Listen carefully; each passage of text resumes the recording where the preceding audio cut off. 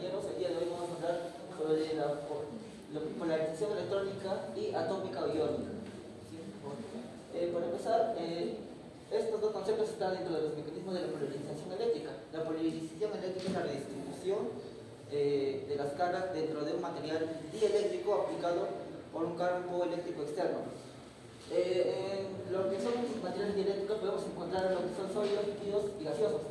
Sólidos como vidrio, cerámica, plásticos, líquidos como aceite mineral, aceite de cilindro y gaseosos como el aire. Dentro de estos mecanismos de polarización eléctrica se basan en lo que es el material, la estructura del material y la estructura interna del material. Existen tres mecanismos principales de polarización eléctrica, lo que es polarización electrónica, iónica y orientacional.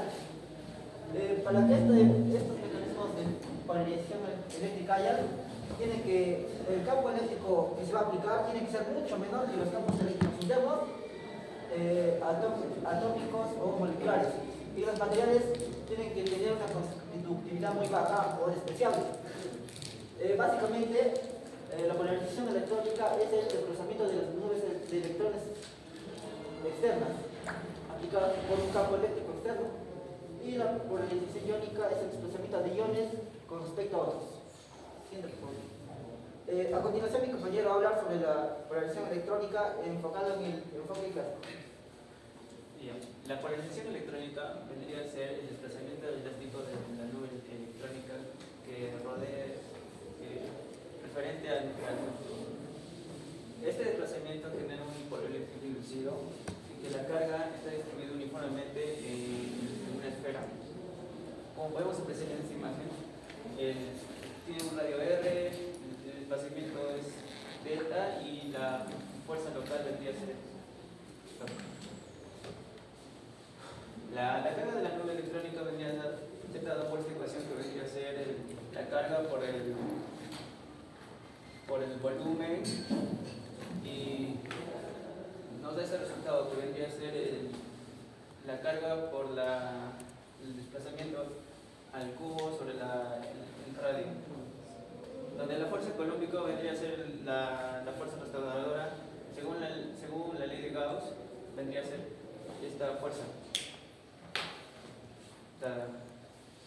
Y entre las fuerzas de equilibrio vendría a ser la fuerza de desplazamiento, que vendría a ser igual a la carga por la fuerza del campo eléctrico en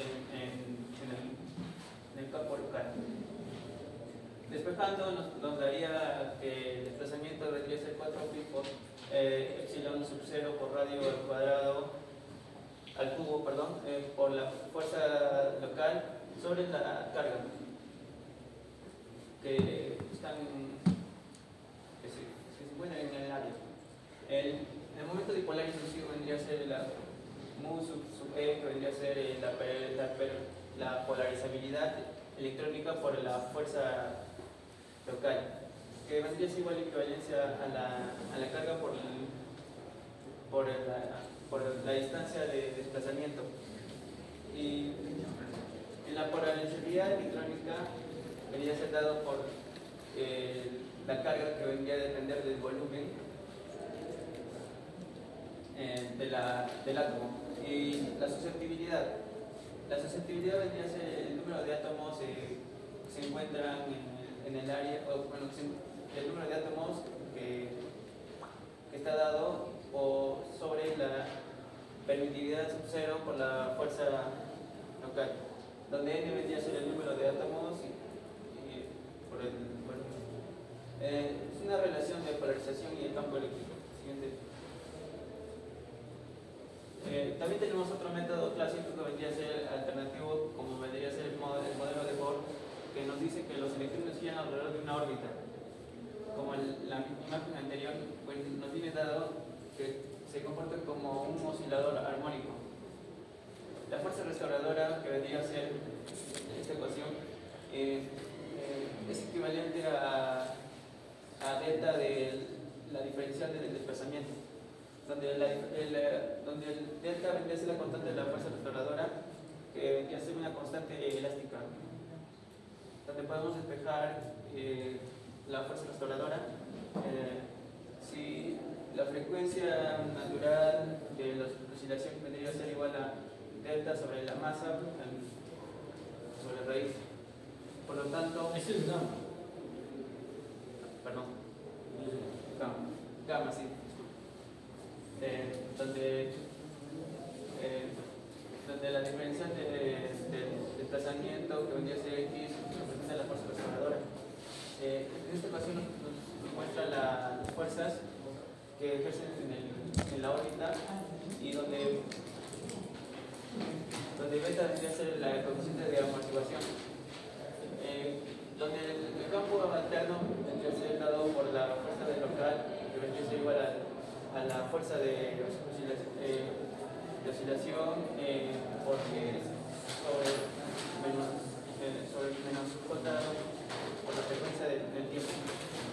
Donde el campo aplicado vendría a ser el desplazamiento, vendría a ser dado por esta ecuación que vendría a ser el diferencial del desplazamiento, y el momento dipolar inducido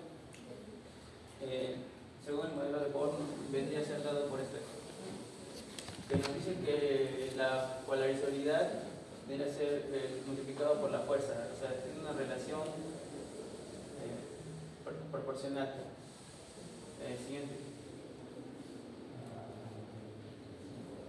La polarizabilidad electrónica, para que nos da el modelo de Born, que es la expresión más general, y cuando nos dice que los campos estáticos vendría a ser igual a la frecuencia igual a 0, que vendría a ser el tamaño de la ecuación del anterior, nos daría la carga al cuadrado sobre la masa por la frecuencia cuadrada. La energía de potencial del electrón vendría a ser dado por esta ecuación, que vendría a ser la constante de Planck sobre 2pi por la frecuencia, que es equivalente a la masa por la carga cuadrada por 4pi por epsilon sub 0 al cuadrado, donde R, despejando la distancia, que vendría a ser igual a 4pi por epsilon sub 0 por la constante al cuadrado sobre la masa por la carga cuadrada. Cuando Z, que vendría a ser el número atómico, vendría a ser igual a 1, la polarizabilidad electrónica vendría a ser igual a la carga por el cuadrado sobre la masa por la frecuencia cuadrada. La susceptibilidad. Esta ecuación vendría a ser igual dada por simplicidad o por casualidad, es equivalente al anterior enfoque, que vendría a ser según la ley de Gauss. La susceptibilidad viene dado por el número de átomos por la polarizabilidad sobre la permitividad en el vacío, donde la permitividad relativa vendría a ser igual a 1 más la susceptibilidad, donde es una constante dieléctrica y podrían ser formas geométricas. Siguiente.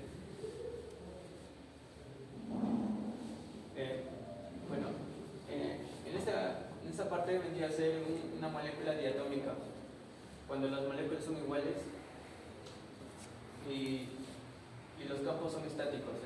En el primer caso tenemos que la polarización total es mayor porque los dipolos inducidos se suman constructivamente, dado que los dos átomos son paralelos. En la segunda imagen nos muestra que los dos átomos están en perpendicular y que la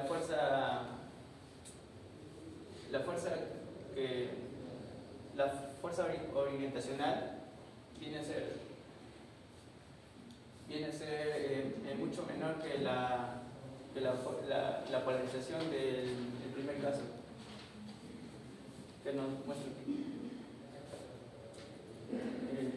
Esta es la ecuación del momento dipolar y la polarización la polarizabilidad perpendicular en dos átomos. En la figura C vendría a ser cuando tiene un ángulo θ que vendría a ser dado por la suma de las dos anteriores, y nos muestra el aumento de la fuerza, de la sumatoria de las fuerzas, que vendría a ser la polarizabilidad de coseno al cuadrado de θ más la polarizabilidad perpendicular seno al cuadrado de θ por la fuerza. En la energía potencial de un dipolo inducido, que vendría a ser... Un segundito, a ver. F no es fuerza. F es campo eléctrico. Así, disculpe. Ya muchas veces estás diciendo fuerza, entonces tengo que corregirte, disculpe. Entonces, esta forma tendría que ser una forma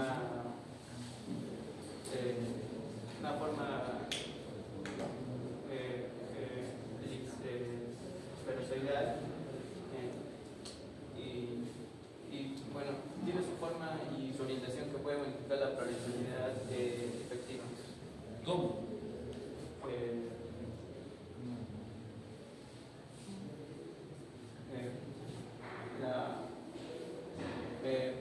La fuerza, el campo inducido en la molécula de átomo. La susceptibilidad eléctrica vendría a ser dado por la conductividad de las dos cargas. Gracias. Ahora veremos sobre el enfoque mecánico cuántico. En este aspecto sabemos que el movimiento de los electrones está gobernado por lo que es por las reglas de la mecánica cuántica. Y esto se obtiene esto, que la densidad electrónica no es uniforme, los electrones ocupan niveles de energía y el campo eléctrico puede provocar transiciones entre niveles cuánticos. ¿A qué me refiero? En 1932, Planck propuso una fórmula cuántica para calcular la polarizabilidad electrónica. Esta fórmula nos dice que la nube de electrones de un átomo responde a un campo eléctrico externo.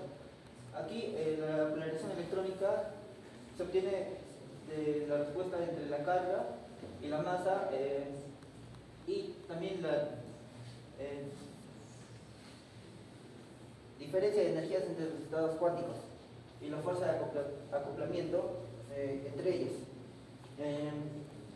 Esta fórmula, si no hay campo oscilante, nos dice que es cero, ¿no?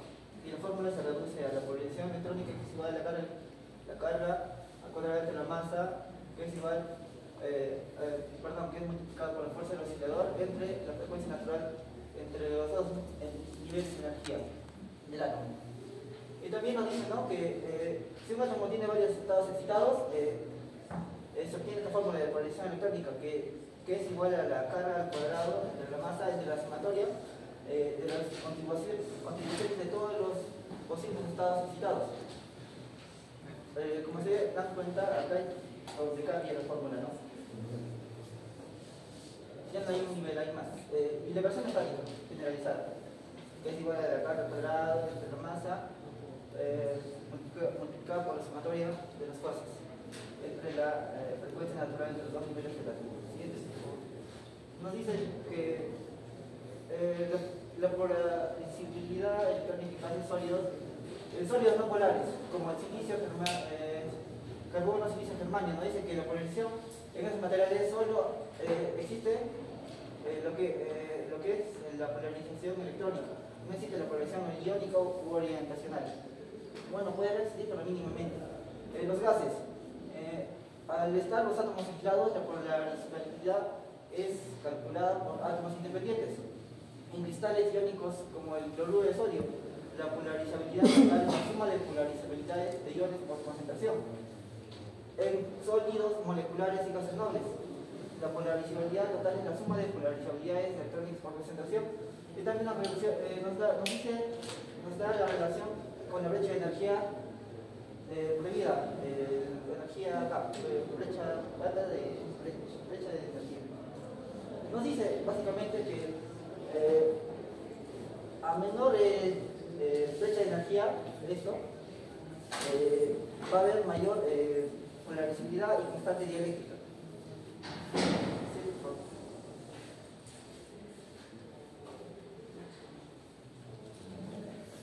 Ahora, para finalizar, vamos a ver la polarización atómica o iónica, también conocida como polarización vibracional. Esta, como ya se mencionó antes, ocurre cuando aplicado un campo se van a desplazar los iones.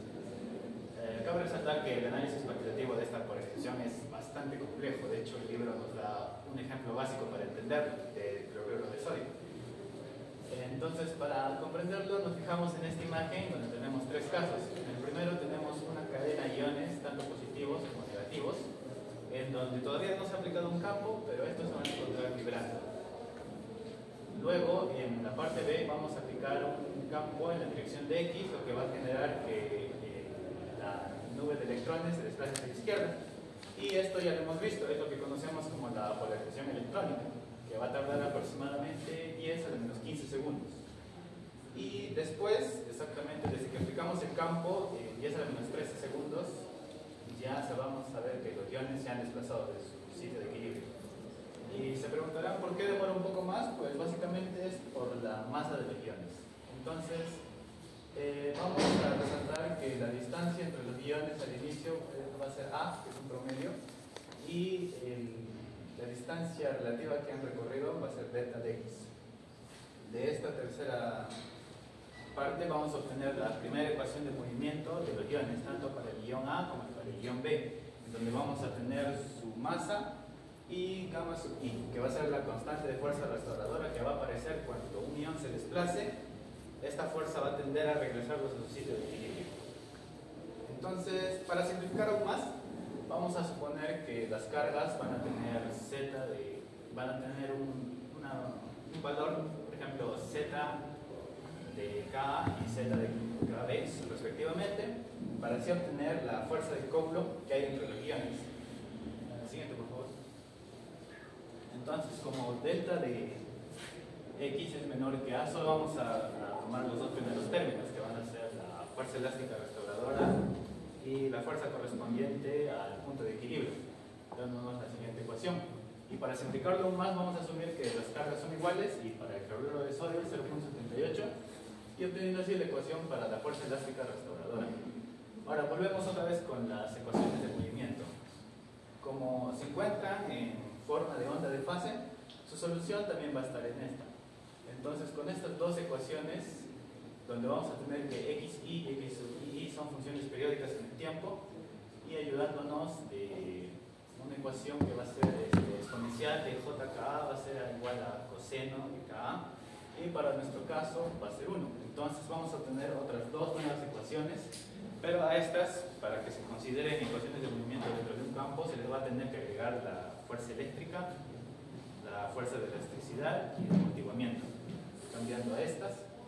Y ahora vamos a hacer un pequeño arreglo para obtener solo una, multiplicando a la primera por la masa de la segunda y a la segunda por la masa de la primera y restándolos, dándonos así esta nueva ecuación, ahora solo una, en donde va a aparecer m sub r, que va a ser conocida como la masa reducida.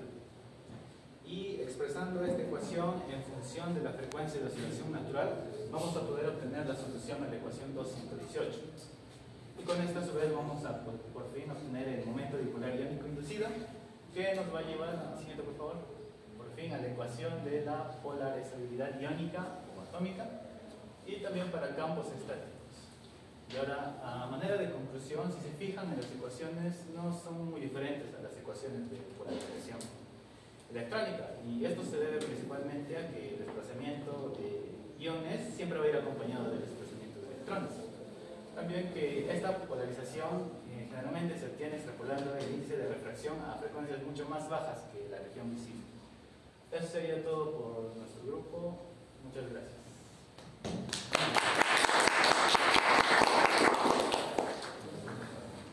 Corto.